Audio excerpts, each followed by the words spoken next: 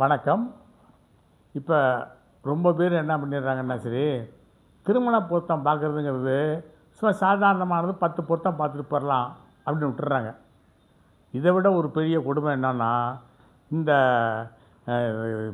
இந்த மீடியேட்டர்ஸ் இருக்காங்க பார்த்தீங்களா, பொண்ணு மாப்பிள்ளை பார்க்குற மீடியேட்டர்ஸ், அவங்களே ரெடி ரெக்கார்டர் வச்சு 10 பொருத்தத்தில் 7 இருக்குது, 10 பொருத்தத்தில் 6 இருக்குது, இப்படி சொல்லிட்டு விட்டுறாங்க.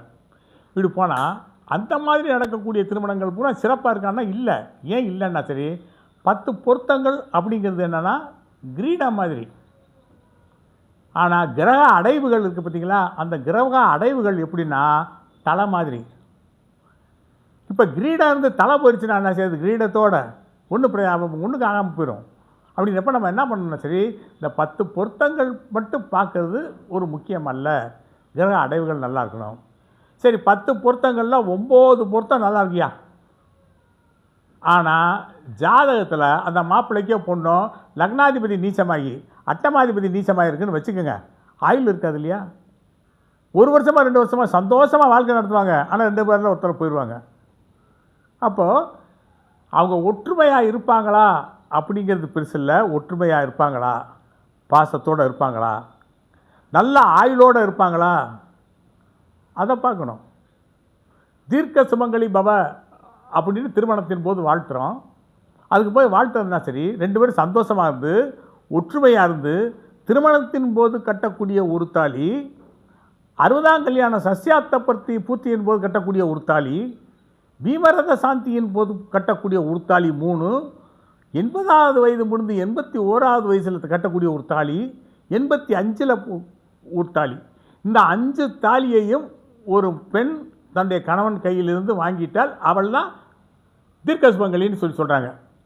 அப்போது திருமணத்தின் ஆதாரமே தீர்க்க சுமங்கலியாக வாழ்கிறதுங்கிறப்போ, இந்த 10 பொருத்தங்களை மட்டும் பார்த்துட்டு தீர்க்க சுமங்கலியாக வாங்காமல் ஒரு புருஷன் ஒரு பக்கம் போயிட்டு பொண்டாட்டி ஒரு பக்கம் செத்து போயிட்டாங்கன்னா எப்படி வாழ முடியும்?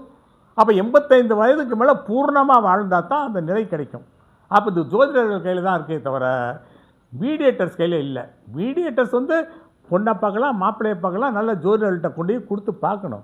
அப்படி பார்க்குறப்போ பொண்ணோட ஜாதகத்தையும் ஆராய்ச்சி பண்ணணும், மாப்பிள்ளையோட ஜாதகத்தையும் ஆராய்ச்சி பண்ணணும். இந்த ஆராய்ச்சி பண்ணி முடித்தாதான் அது சிறப்பாக இருக்கும். அப்போது 2ஆம் இடம் குடும்பஸ்தானம். குடும்பஸ்தானம் நல்லா இருக்கணும் பார்க்கணும். குடும்பம் அமையுமா, அந்த குடும்பஸ்தானம் அமைஞ்சால் தான் அவனுக்கு என்ன ஆகுனா சரி, நல்லா அமையணும்னா சரி தனம் வரணும். அது ஏன் குடும்பஸ்தானமாக வச்சா, தனம் நல்லா இருக்கணும், கையில் காசு இருந்தால் தான் குடும்பம் நல்லாயிருக்கும், குடும்பத்துக்கு தேவையானதை வாங்கி கொடுக்க முடியும். காசு நல்லா வரணும்னா 4 பேர்ட்ட நல்லா வார்த்தை பேசணும். வாக்குஸ்தானம் தான், 4 வார்த்தை நல்லபடியாக பேசினா தான் 4 பேர் உன்னை மதிச்சு உனக்கு காசை கொண்டாந்து கொடுப்பான். அப்போ தான் குடும்பம் அமையும். இதனால தான் இதெல்லாம் போட்டு 2ஆம் இடம் போட்டால் 2ஆம் இடம் நல்லா இருக்கணும். 4ஆம் இடம் ஆரோக்கியம், உடம்பு ஆரோக்கியமாக இருக்கணும். ஆரோக்கியமாக இருந்தால் தான் ஓடி ஆடி வேலை செய்ய முடியும், சம்பாதிக்க முடியும், காசு சம்பாதிக்க முடியும். 4ஆம் இடம் தாய். தாய் நல்லபடியாக அவங்கள வழி நடத்தணும். மகாவீர சிவாஜிக்கு அவனுடைய தாய் வழி நடத்தினதுனால தான் அவன் மாவீரன் சிவாஜியானான், சத்ரபதி சிவாஜியா. அப்போ தாய் நல்லபடியாக இருக்கணும். நிலம், வீடு, மனை, இது பூரா 4ஆம் இடம். இதெல்லாம் இருந்தால் தான் அவனுக்கு முழு வாழ்க்கை கிடைக்கும். உற்றார் உறவினர்கள் சுற்றம் உறவினர்கள் பூரா கூட இருக்கணும். அதுதான் நல்ல வாழ்க்கை. அது 4ஆம் இடம் நல்லா இருக்கணும். அடுத்து 7ஆம் இடம் கலத்திரஸ்தானம். கணவனோ மனைவியோ வாழ்க்கை துணை சிறப்பாக இருக்கணும். அப்போ தான் சிறந்த ஒரு வாழ்க்கை கிடைக்கும், இல்லற வாழ்க்கை கிடைக்கும். அப்படி இல்லாட்டி நல்ல வாழ்க்கை கிடைக்காது. அது முடிச்சிச்சு அப்படின்னா சரி, 8ஆம் இடம் ஆயுள் ஸ்தானம். ஆயுள் ஸ்தானம் நல்லா இருந்தால் தான், 8ஆம் இடம் ஆயுள் ஸ்தானம் நல்லா இருந்தால் தான் உனக்கு என்ன ஆகுன்னா சரி சம்பாதிக்க முடியும். 8ஆம் இடத்துக்கு சக்தி ஸ்தானம் 2ஆம் இடம். சம்பாதிக்க ஆயுள் இருந்தால் தான் நம்ம சம்பாதிக்க முடியும். அவன் சம்பாதிச்சா தான் ஆயுளோடவும் இருக்க முடியும் செலவு பண்ணி. அதுக்காக அதுக்கு சக்தி ஸ்தானம். அதுக்கு அடுத்து போனால் சரி 12ஆம் இடம். 12ஆம் இடம் போனால் சரி அயன சயன போகஸ்தானம். அது எல்லாமே நல்லா இருந்தால், அது நல்லா இல்லைன்னு இருந்துச்சு, அவன் நல்லா சம்பாதிப்பான், வெளிநாட்டில் இருப்பான், பொண்டாட்டி இங்கே இருப்பான், புருஷன் அங்கே இருப்பான், இவன் இங்கே இருப்பான். அப்புறம் எவ்வளோ காசு இருந்து எல்லாம் இருந்து சுற்றம் சூழல் நட்பு எல்லாமே இருந்து நானும் இங்கே நீயும் அங்கேன்னு வாழ்ந்தாக்க எப்படி இருக்கும் இல்லற வாழ்க்கை? அப்போ இல்லற வாழ்க்கை நல்லா இருக்குன்னா 2 காசு பணம் வார்த்தை வாழ்க்கை குடும்பம் இருக்கணும், சொந்த பந்தங்கள் சொத்து பத்து இருக்கணும், கணவன் மனைவி குணம் நல்லா இருக்கணும், ஆயுள் இருக்கணும், அதை அனுபவிக்கிறதுக்கான அயனசன போகஸ்தானம் சரியாக இருக்கணும். இந்த இடமெல்லாம் நல்லா இருக்கா அப்படின்னு பார்த்துட்டு ஆணுக்கும் பெண்ணுக்கும் அழகாக இருந்துச்சுனாக்கா அவங்களுக்கு கல்யாணம் பண்ணி வச்சாக்கா அது நல்லா இருக்கும்.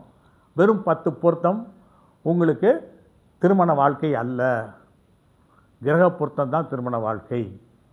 முதல்ல சொன்னாப்புல கிரக அடைவுங்கிறது தலை மாதிரி, தலை தான் முக்கியம்.